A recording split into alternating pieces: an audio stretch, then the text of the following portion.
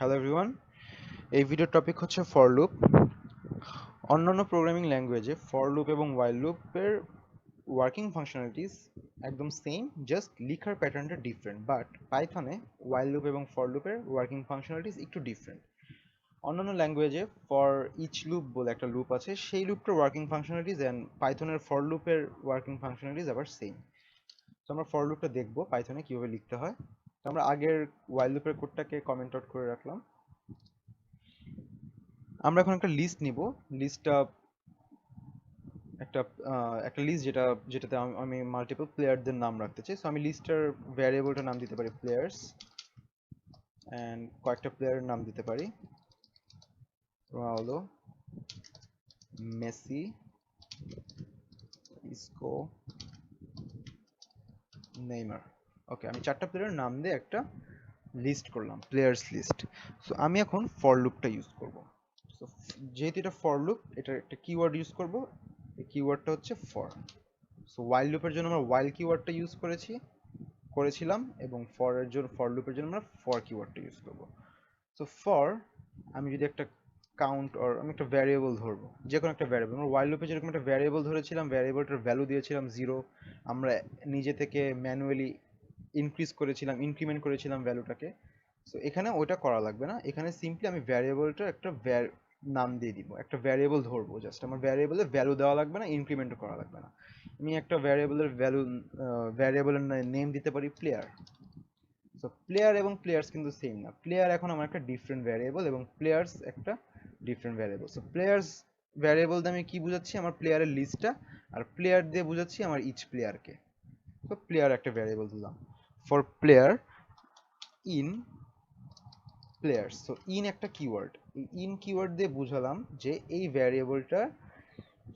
ভ্যারিয়েবলটাতে লুপটা চালাবে, এবং লুপ লুপটা কি করবে, প্লেয়ারের প্রতিটা প্লেয়ার্সের ভিতরে প্রতিটা ইন্ডেক্সে যে প্লেয়ারগুলো আছে সেগুলোকে অ্যাক্সেস করবে।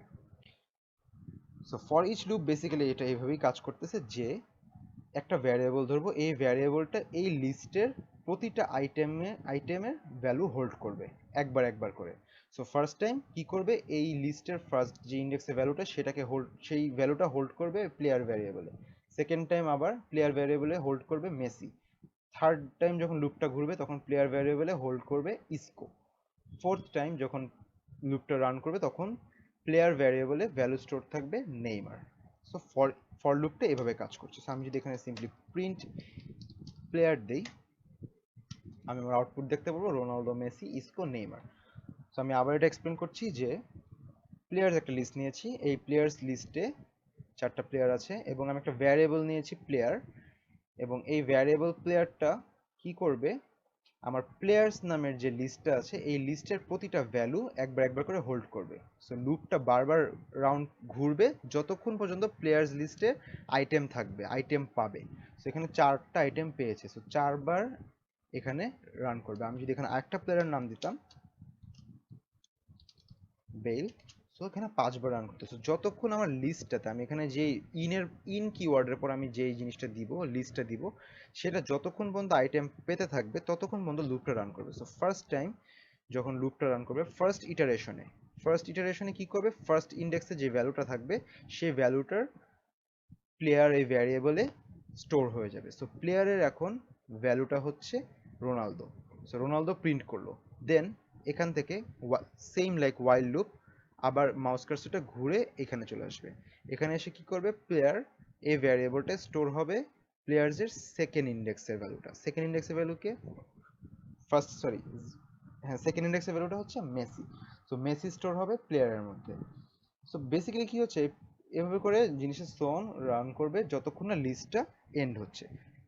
সো আরেকবার যদি ইজিলি বোঝানো যায় যে প্লেয়ার ভ্যারিয়েবলের ভিতরে একবার ভ্যালু স্টোর হচ্ছে রোনালদো, সেকেন্ড টাইম ভ্যালু হচ্ছে Messi, third time value store হচ্ছে Isco, fourth time Neymar, fifth time bell.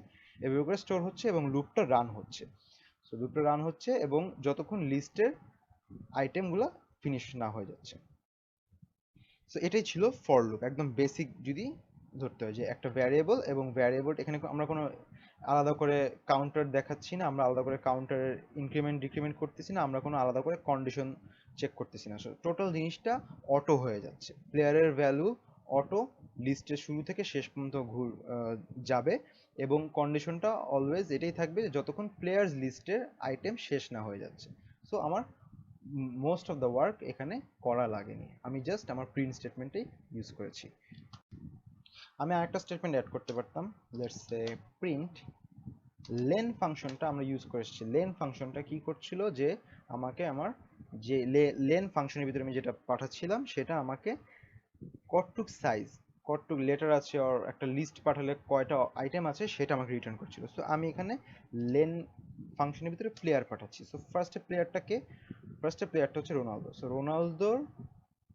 Ronaldo এই নেমটার মধ্যে কয়টা লেটার আছে এটা আমাকে লেন্থটা রিটার্ন করবে এইখানে, এবং আমাকে প্রিন্ট করে দেখাবে। সেকেন্ড টাইম মেসি এখানে প্রিন্ট করবে, এবং মেসি নেমের মধ্যে কয়টা লেটার আছে সেটা প্রিন্ট করবে। থার্ডে ইসকো প্রিন্ট করবে, অ্যান্ড দেন ইসকোর নেমে কয়টা লেটার আছে সেটা প্রিন্ট করবে। আমি যেটা রান করে দেখি, দেন রোনালদোর জন্য 7 লিখেছে। সো রোনালদো RO 1 2 3 4 5 6 7, রোনালদো 7, আমাকে 7 লিখেছে। মেসিতে 5টা লেটার আছে, সো 5, ইসকোতে 4 4। সো আমরা এভাবে করেও কাজ করতে পারি।